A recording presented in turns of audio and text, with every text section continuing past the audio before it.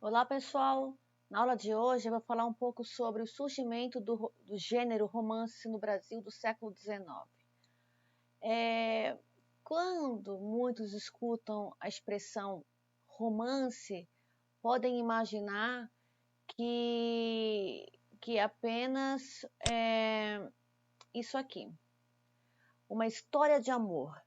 Muitos associam a palavra romance a uma história romântica, amorosa, sentimental.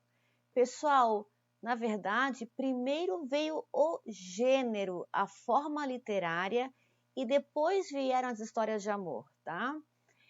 Romance é uma expressão que dá nome a uma forma literária, um texto em prosa, narrativo, que conta a história de personagens. Há romances de amor, há romances de guerra. Romance é o gênero textual, tá? E esse tipo de texto, ele vai ser o gênero burguês por excelência. Por quê? Até o século XVIII, os textos em versos eram os mais apropriados culturalmente, porque se tratava de uma aristocracia, nobreza. Então, os grandes nobres, né, eles liam epopeias, liam poemas líricos, né? E agora, no século XIX, com a ascensão da burguesia, não mais vai ser lido um poema assim longo, uma epopeia, um texto em verso longo, difícil, vai se ler o romance. O romance é chamado de gênero burguês porque ele é híbrido. Ele tem o diálogo, né, do teatro, dos dramas, ele tem a narração da epopeia. João chegou em casa e perguntou onde estava o pão, né? Então tem o narrador, que seria típico da epopeia, e tem o lirismo, o sentimento, as imaginações, os pensamentos dos poemas, né? Ele vai misturar três gêneros: o dramático com os diálogos, o lírico com os sentimentos, os pensamentos, a imaginação, e o épico com o narrador. E, nesse sentido, ele vai ser um gênero muito mais simples, porque ele vai ter uma forma mais fácil de ser lida, né, que é a prosa, o texto em prosa, com histórias muito mais ligadas ao cotidiano, justamente esse novo, né, espaço chamado centro urbano, com grandes dramas sociais, como vocês já sabem, dramas de amor, em que as pessoas pela primeira vez tentam enfrentar a família, enfrentar as tradições, as convenções. Então, o romance é esse gênero literário burguês, porque não somente pela forma, mas também pelo conteúdo. Não serão grandes heróis aristocráticos, serão pessoas comuns que vão tentar transgredir o sistema burguês também, tá? Pessoal, e como que fica o Brasil nesse período, né? Vocês sabem que em 1808 vem a família real, né? Estamos aqui com o Dom João VI e a Carlotinha, bem aqui, bem vistosos, só que não. Vocês sabem que é a partir da chegada dos reis que se abrem os portos, que se vai criar a primeira imprensa brasileira, porque até então tudo vinha da Europa, então vão começar a produzir jornais brasileiros, os livros vão começar a ser impressos no Brasil.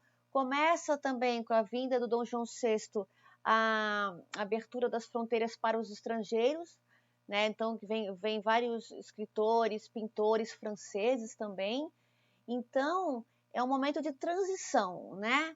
Nunca na história de uma colônia, né? O centro do reinado é na própria colônia, mas o Brasil tem essas idiosincrasias. Pois bem, é nesse momento do Brasil que vem a comitiva francesa em 1816. Pessoal, muito se fala de uma missão artística francesa, inclusive foi essa expressão que eu coloquei na atividade de vocês. Muito se fala que Dom João VI havia contratado pintores franceses para dar esse ar europeu para o Brasil, mas não esqueçam que em 1808 Dom João VI vinha fugido de Napoleão. Ele estava justamente em conflito com a França. Como que apenas em 8 anos eles fazem as pazes e tudo bem, né? Lembrando que Joaquim Le Breton e Nicolas Antoinette eram pintores napoleônicos. Então, como que em 8 anos isso se resolve? A Lilia Moritz Schwartz, ela tem um livro chamado O Sol do Brasil, e ela defende uma tese muito interessante. Não foi Dom João VI que convidou a comitiva francesa, mas esse carinha aqui, ó, Nicolas Antoinette, que escreve uma carta, né? Ela publica essa carta no livro, ele se convida para vir com alguns pintores, né? Muitos defendem que ele veio sozinho, outros defendem que ele veio com Le Breton, mas, né, tudo indica que foi realmente o Tonet que se ofereceu, e quando estava já no Brasil, Dom João VI resolveu patrocinar esses pintores. Né? Temos esses 2 pintores aqui, mas quem sabe o mais famoso é Jean-Baptiste Debré, da mesma comitiva. Ele vai passar pelos 2 reinados, do Dom João VI e Dom Pedro I. Ele tem uma particularidade que aparece muito em suas obras. Os pintores franceses, eles vêm de uma revolução que prega igualdade, liberdade, fraternidade. Para eles era muito estranho ainda ter que lidar com a escravatura, com pessoas escravizadas. Eles achavam estranhíssimos, inclusive o próprio Tonet, ele se vê obrigado a ter escravos, porque ele tinha que ter alguns empregados, e ele achava tudo muito estranho, né? Ter esses escravizados. O Debré, ele vai apresentar muito do cotidiano brasileiro e vai mostrar os escravizados na cidade, trabalhando ou também sendo torturados, né? Então ele tem essa particularidade. Em vários livros de história aparecem as obras do Debré devido a esse retrato do cotidiano que ele fazia. Essa obra, né, acho que em vários livros de história aparece, 1827, então você percebe aqui a Casa Grande, né? A separação hierárquica aqui, né? O senhor da Casa Grande, os escravizados, os escravos de casa, as crianças, e muitas vezes mostrava uma harmonia que não era a real, né? O Debré tanto apresentava a escravidão, com as torturas, como também esse aspecto mais doméstico. Mas o que me interessa é o Debré do primeiro reinado brasileiro, né, após a independência, quando ele vai criar, a pedido do Dom Pedro I, a alegoria da independência, que é essa aqui. Essa aqui você percebe que é uma mulher, que é uma alegoria da independência, uma alegoria típica do século XIX. Por que é uma mulher, pessoal? Fruto das pinturas revolucionárias napoleônicas. Lembram daquela obra do Delacroix, A Liberdade Resgatando o Povo, que tem a Marianne, né, a mulher lá impondo a bandeira. Então vai ser muito típico desse período os pintores napoleônicos pintarem as mulheres como alegorias de uma nação.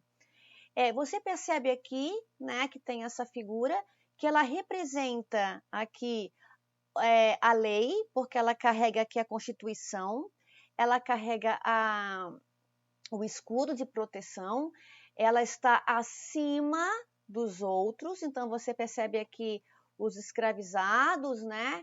Eles estão numa atitude de estão quase que louvando e ao mesmo tempo, né, se impondo numa questão de trabalho mesmo. Isso aqui não é enfrentamento não, tá, pessoal? Isso aqui é justamente uma relação de harmonia, de trabalho. Aqui é os bandeirantes, aqui logo acima o P, né, a letra P de Pedro I, os anjos, né? Isso aqui não tinha muito a ver com o Brasil, mas o Debré precisou colocar algo muito mais mitológico. E logo aqui tem a própria paisagem.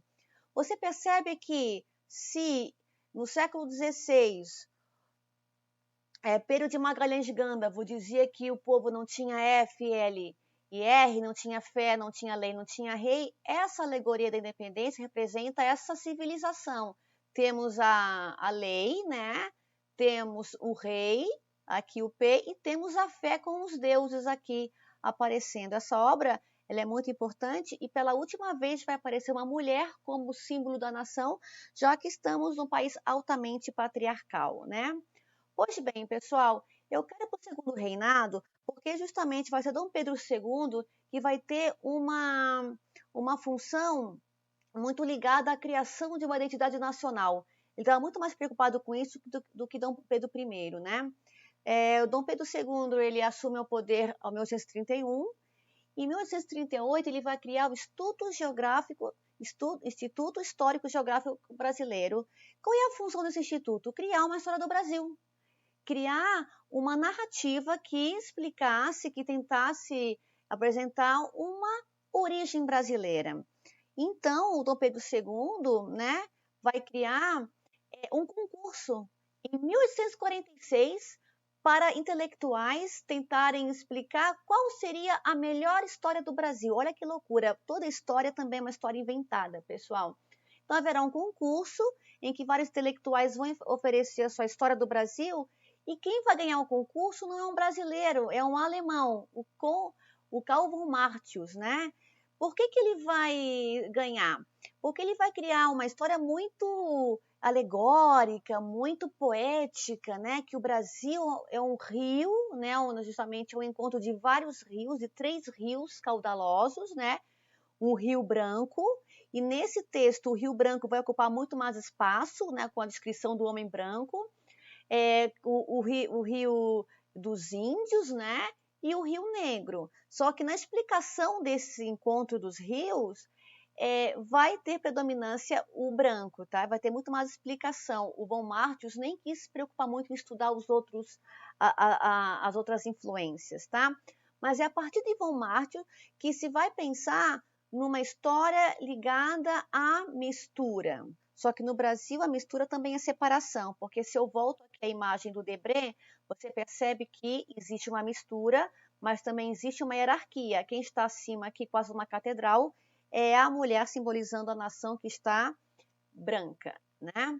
Pois bem, é nesse sentido que vai aparecer essa preocupação com a história do Brasil, e também é nesse período que vai surgir o primeiro romance, né? O primeiro romance que ainda não vai estar muito ligado à paisagem, à identidade. É um romance chamado A Moreninha, de 1844, do Joaquim Manuel de Macedo, uma história super água com açúcar, né? O Augusto que encontra a Carolina e ele se apaixona, mas ele prometeu que seria fiel à menina que ele conheceu na infância, a ideia da origem, né? Ele é muito fiel a essa menina, e no final ele descobre que essa menina também é a Carolina, que é amor, é uma coisa assim, bem água com açúcar, pessoal, bem bobinho. Mas é por isso que, por romances como esses, né, que se vai associar o gênero à história sentimentaloide. Mas primeiro veio o gênero, depois veio esse rio caudaloso de açúcar, né? Pois bem, mas o que me interessa é que, ainda que o primeiro romance seja de amor, sem muita preocupação com a paisagem, nem com a identidade brasileira, logo depois vai ter muita preocupação quem vai ser o protagonista, né? É uma preocupação já do Dom Pedro II, ele vai contratar intelectuais, ele vai contratar escritores e pintores para pintar esse Brasil. Você percebe que aqui já são obras patrocinadas pelo Dom Pedro II, e vai aparecer de um lado a Iracema, né, a Virgem dos lábios de mel, com o cabelo mais negro do que a pena da ave da graúna, e temos de outro lado o Marabá. Iracema vai ser uma obra do Alencar, né, de 1865, e Marabá é um poema do Gonçalves Dias. Você percebe que são descrições diferentes. Marabá significa filha de francês com índio, né, por isso que ela é muito mais branca, mas a Iracema representa essa brasileira que vai dar a vida, vai se sacrificar pela miscigenação, pelo novo brasileiro. Não é à toa que o nome do filho da Iracema, com branco Martim, é Moacir, que significa filho da dor. Mas, pessoal, é nesse sentido que vai o romance brasileiro se destacar inicialmente, esse gênero, com a ideia de um índio, como, por exemplo, aqui, né, o José Alencar, que vai ter os seus problemas com o Dom Pedro II, ele vai publicar o Guarani em 1857. Olha só esse Guarani aqui muito esquisito, né? Porque ele parece um índio americano, mas é assim que o Alencar descreve, com uma blusa branca de algodão, tirando o Ering. Iracema em 1865. Então, esse é o começo do romance, esse é o começo do Brasil, né? Enquanto nação independente artística e culturalmente. Na próxima videoaula, eu vou falar um pouco sobre o índio como um todo, tanto na literatura quanto nas artes plásticas. Beleza, pessoal? Um beijo e até a próxima!